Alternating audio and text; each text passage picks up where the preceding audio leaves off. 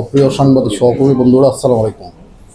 এটি আমার জন্য খুব সৌভাগ্যের বিষয় যে পূর্ণভূমি সিলেটে জেলা প্রশাসকের দায়িত্ব পালন সরকার আমাকে যে কোনো কারণেই হোক আমাকে দায়িত্ব দিয়েছেন, হয়তো উপযুক্ত মনে করছেন বলেই এখানে দায়িত্ব দিয়েছেন। আমি প্রথমত চেষ্টা করব আমার সর্বোচ্চ দিয়ে যে এই জেলার জন্য এবং মানুষের জন্য কাজ করতে, এবং আমি এই দায়িত্ব পালন করার জন্য সকল শ্রেণী পেশার মানুষের সহযোগিতা চাই।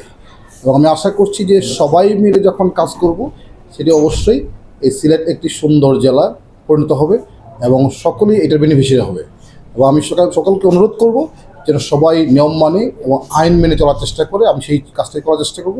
এখানে বেশ কয়েকটা জিনিস আমার প্রায়োরিটি থাকবে।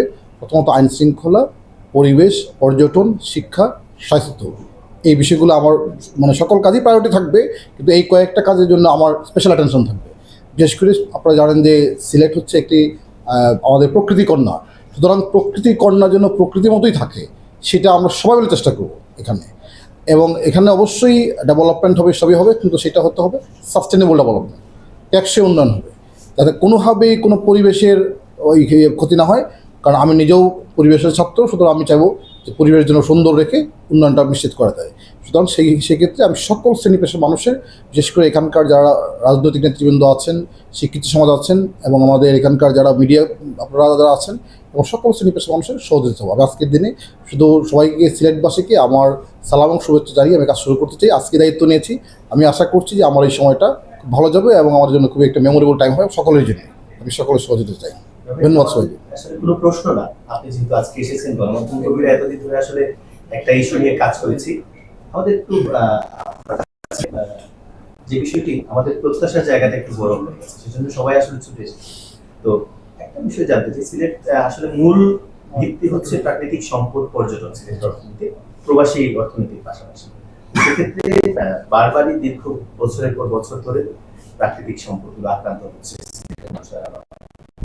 খনিজ সম্পদের বিষয়টিও আছে। তো সেক্ষেত্রে যদি কোনো এডিশনাল পদক্ষেপ নেওয়া লাগে, এডিশনাল সুপারিশ করা লাগে, যেমন খনিজ সম্পদ মন্ত্রণালয়ে তাদের কার্যক্রম বাড়ানোর জন্য, নতুন তাদের অফিসিয়াল কোনো কার্যক্রম বাড়ানোর জন্য অবকাঠামোগত কোনো বিষয় করতে হয়, সেই বিষয়গুলো আপনার পরিকল্পনায় থাকবে কিনা? এখানে অনেকগুলো বিষয়ই থাকবে। এখানে শুধু এটুকু বললাম যে একজন জেলা প্রশাসক হিসেবে এবং একজন মানুষ হিসেবে যতটুকু দেওয়া যায় আমি সবটুকু চেষ্টা করব।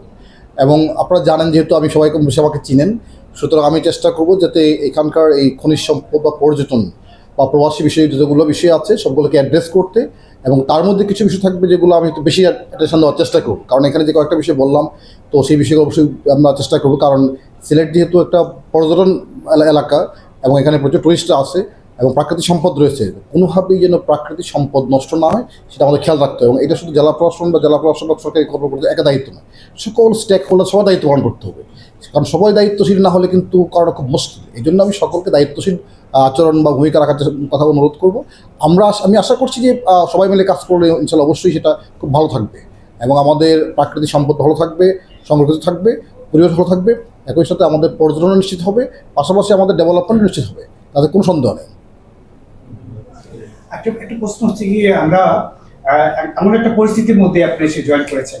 গতকালকে সিলেটের যে সাদা পাথর নিয়ে যে তদন্ত কমিটি হয়েছে, সেই তদন্ত কমিটির একটি রিপোর্ট পেশ করা হয়েছে গতকালকে আমাদের সদ্য বিদায়ী জেলা প্রশাসক মহোদয়ের কাছে। সেই তদন্ত কমিটির রিপোর্ট কি আপনার কাছে এসেছে কিনা, এবং আপনি কবে এটা ইমপ্লিমেন্ট করবেন বা এটার পরবর্তী স্টেপটা কি আমরা জানতে চাই? আমি তো আজকেই যোগদান করেছি, আমাকে একটু সময় দেন, একটু বিষয়গুলো একটু বুঝে নিতে, দেখি কী করা যায়। তদন্তের যে বিষয়টা তো আসছে সেটা দেখবো যে আসলে কোন কোন জায়গায় কী রিকমেন্ডেশন এসেছে বা কী করা উচিত ছিল বা কী করা যেত, কোথায় করা যায়নি, সেই বিষয়গুলো দেখে আমি সেগুলো অবশ্যই আমার ব্যবস্থা নেব। একটা জিনিস জানার খুব আগ্রহ, যে আপনি পরিবেশের ছাত্র বললেন, আর এই বিষয়ে জন্য আপনি জানার আগ্রহ সৃষ্টি হলো যে আসলে পরিবেশ বিধ্বংসী যারা, সেই চক্রটা এখানে খুব বেশি প্রভাবশালী। তাদের বিরুদ্ধে আসলে এখানে সেই তুমুল কাণ্ডের মধ্যে, পাথরকাণ্ডের মধ্যে আপনি কতটা সামলাতে পারবেন?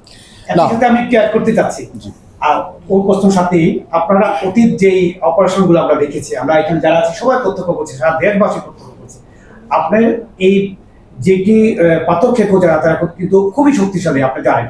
তাদের বিরুদ্ধে আপনি আগে যেভাবে দীপ্ত পদচারণা আপনারা দেখেছি বা কঠিন অবস্থান দেখেছি, তাদের বিরুদ্ধে সে ধরনের কঠিন অবস্থানে আপনি থাকবেন কিনা?